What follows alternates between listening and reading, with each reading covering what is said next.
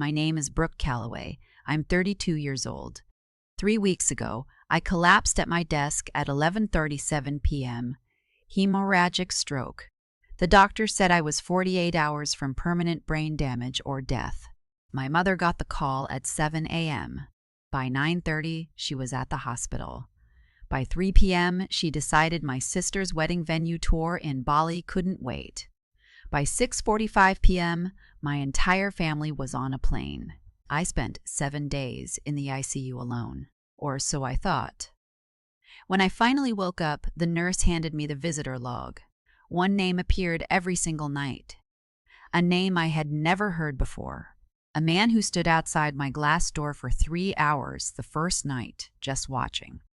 A man who paid my entire $139,000 hospital bill in cash and asked the hospital to keep his identity secret. My mother's face when she saw that name told me everything she had hidden for 32 years. Every Sunday at 6 p.m., my phone rings. Not because my mother misses me, not because she wants to hear about my week. Sunday at 6 p.m. is when Diana Calloway calls to update me on expenses.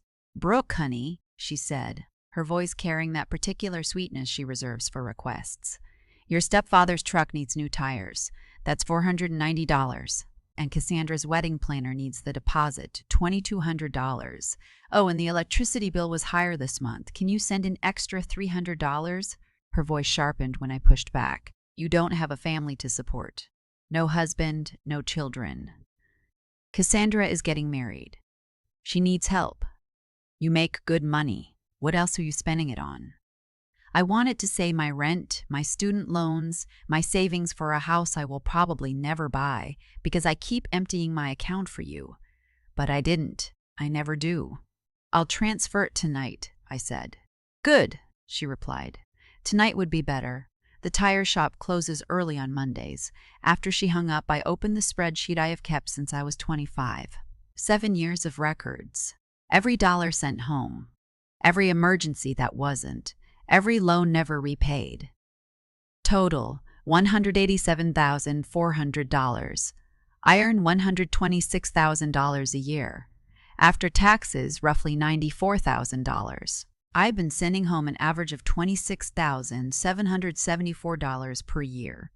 21% of my take-home income for 7 years. 90% of the entries had my sister's name attached. Cassandra's car payment. Cassandra's credit card, Cassandra's apartment deposit, Cassandra's vacation, Cassandra's dental work. My phone buzzed. A text from Cassandra. A photo of a wedding dress. Strapless lace. "Isn't it gorgeous? It's $4,800. Mom said you'd help with the dress. Also, I need $25,000 for the wedding fund. You're the maid of honor, so you should contribute more than anyone." I stared at the message for a long time. Then I typed, "I'll see what I can do." She replied with a heart emoji. The IPO was 3 weeks away. I was director of operations at a growing energy startup, and when our CFO quit without notice, my CEO dumped his entire workload on me. Investor packages, compliance documents, operations audits, due diligence reports. I worked 16 hours a day, sometimes 18. I slept 4 hours a night, sometimes 3. My doctor had warned me at my last physical. "You need to slow down, Miss Calloway. Your blood pressure numbers are concerning for someone your age." I didn't slow down. 40 employees depended on this deal going through. My stock options would vest at $280,000 if we succeeded. I just needed to hold on a little longer. Then one night, my head was pounding. It had been pounding for 3 days. I reached for my water bottle. My hand missed. I tried again. My fingers wouldn't cooperate. The words on my screen started to swim. I thought, I need to call someone. I reached for my phone. My arm didn't move. The last thing I saw was the cursor blinking on an unfinished sentence. Then nothing. The security guard found me at 11:52 p.m. through the hallway camera. By 1:15 a.m., I was in the emergency room at St. Michael's Medical Center. Hemorrhagic stroke. The ER doctor called my emergency contact 4 times between 1 a.m. and 5:45 a.m. No answer. At 7 a.m., my mother finally picked up. She arrived at 9:30 a.m. with my stepfather Robert and my sister Cassandra. They stayed for 33 minutes. Cassandra sat in the hallway scrolling through her phone, saying the hospital smell made her nauseous. Robert stood in the corridor making phone calls. My mother spoke with the doctor for 11 minutes, checked her watch, and left. At 3:15 p.m., while I lay unconscious, my mother left me a voicemail. 14 seconds long. "Brooke, honey, the doctor said you're stable. The tickets are non-refundable. Cassandra needs me for this trip. We'll be back next week." She didn't say I love you. She didn't say I'm worried about you. She said Cassandra needs me, and then she hung up. At 8 p.m. that same night, a man walked into St. Michael's Medical Center. He approached the front desk. "I'm here for room 422, Brooke Calloway." "Are you family, sir?" "Yes." "Your name?" "Marcus Whitfield." He was given a visitor badge. He took the elevator to the 4th floor. He walked down the hallway until he reached room 422. Then he stopped. He didn't knock. He didn't ask to go in. He just stood there outside the glass door, looking in for 3 hours. The ICU hallway camera recorded everything. 8 WPM, a man in a gray suit, silver hair, approximately 60 years old, stops outside room 42012. 8:47 p.m., a nurse approaches. He shakes his head. She walks away. 11 p.m., he stands, presses his palm against the glass, stays there for 4 minutes. 11:12 p.m., he walks away. 3 hours and 12 minutes. The night nurse, Claire, 11 years on the job, was the one who approached him. "Sir, can I help you? Do you need to go inside?" He shook his head. "No, I just want to make sure she's not alone." "Are you family?" He paused. Something passed across his face. Pain, maybe, or guilt, or both. "Yes," he said quietly. "I'm family. Claire told me later. I've been doing this for 11 years. I've seen every kind of family. But I've never seen anyone stand outside a glass door for 3 hours like they were afraid they didn't deserve to go in." On the 3rd day, doctors found a secondary complication: myocarditis, inflammation around my heart triggered by the massive stress response in my body. If we don't operate within 48 hours, she has a 40% chance of not waking up at all. They needed family consent and a $15,000 deposit. Before 6 p.m., Claire called my mother for the 7th time. This time, someone answered. My mother's voice was cheerful, relaxed. In the background, waves, music, the clink of glasses. "Mrs. Calloway, Brooke needs emergency surgery. They found inflammation around her heart. If we don't operate within 48 hours. Surgery, how much? The estimated cost is $45,000. Silence. Who's paying for that? Does her insurance cover it? In the background, Cassandra was yelling that the tour boat was leaving. My mother's final answer to the nurse: "Can you email me the form? I'll sign it electronically. Send the bill to Brooke's address. She makes good money. She can handle it." The line went dead. 12 miles from the hospital, Marcus Whitfield received a phone call from my CEO, who had been quietly informed of his connection to me. "Mr. Whitfield, Brooke needs emergency surgery. Her family is in Bali and can't return." Marcus's hand tightened on the phone. "How much?" "The hospital is asking for a deposit. I'll handle it. Don't mention this to anyone." That same afternoon, the hospital billing manager received a wire transfer.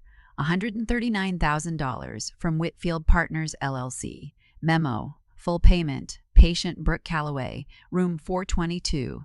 Anonymous donor. Do not disclose identity to patient or family. $94,000 for ICU care, $45,000 for surgery. Paid in full. By a man who then sat alone in the surgical waiting room for nearly 5 hours, holding a faded photograph of a young woman laughing, running his thumb across its edge over and over, like a prayer. When the surgeon came out and said the surgery was successful, Marcus stood up and for a moment looked like he might collapse. "Thank you," he said. His voice cracked on the second word. I opened my eyes to white ceilings and beeping monitors. I turned my head slowly. The chair beside my bed was empty. No flowers. No family. No get well cards. Just a glass of water, a neatly folded blanket, and a book on the bedside table I had never seen before. Meditations by Marcus Aurelius. Hardcover. Old but well maintained. I opened the cover. On the first page, in neat handwriting, to my daughter. I hope one day you'll understand why I stayed away. Me W. Claire handed me the visitor log. I scrolled through it slowly, Marcus Whitfield, every single night. For 5 days, for hours at a time. No other names. Not Diana, not Robert, not Cassandra. Just Marcus Whitfield. I borrowed Claire's laptop with trembling hands. Marcus Brennan Whitfield, age 63, CEO and founder of Whitfield Capital Partners, private equity firm. Assets under management, $2.1 billion. There was a photo. Silver hair, blue eyes. I have blue eyes. My mother has brown eyes. Robert has brown eyes. Cassandra has brown eyes. I had asked my mother once when I was 16 where my blue eyes came from. She snapped at me like I had said something criminal and never answered. I kept searching. The Whitfield Foundation Scholarship Program. I clicked the recipient list and my heart stopped. 2012. Brooke M. Calloway. 2013. Brooke M. Calloway. 2014. Brooke M. Calloway. 2016. Brooke M. Calloway. MBA program.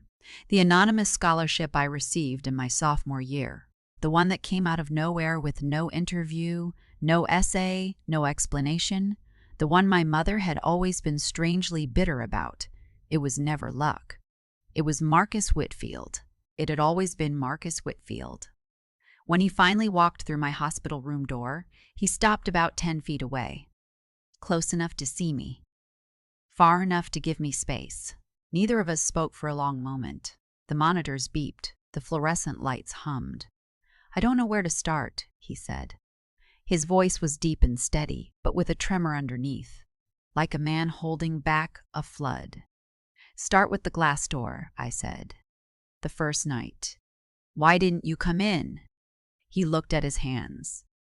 "Because I didn't know if I had the right. I watched you from a distance for 32 years. Your high school graduation, I was in the back row. Your college graduation, I watched the live stream from my office. Every major moment of your life I was there, but always outside, always behind the glass. That first night in the hospital, I thought, this is my daughter, and I don't even know if she'd want me here. So I just stood there, making sure someone was there for you, even if you didn't know it." Tears were sliding down my face. I didn't wipe them away. "The scholarship, the investment in my company, that was all you." "Yes, I couldn't be your father the way I wanted to be. So I made sure you had every opportunity, even if you never knew why. And when you were dying, I couldn't walk away. Not anymore."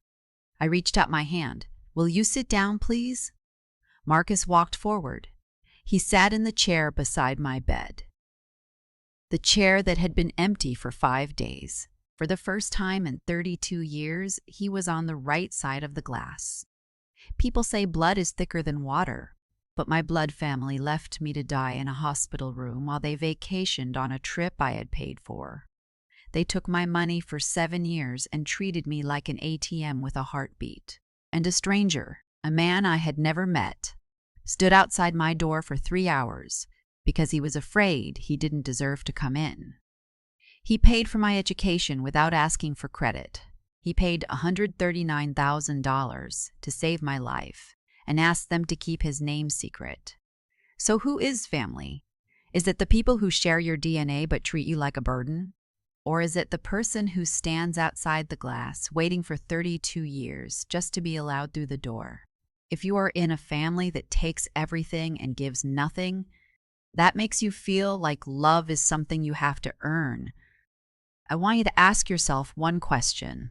Who is standing outside the glass door of your life, waiting to be let in? And who is already on a plane? The answer might change everything.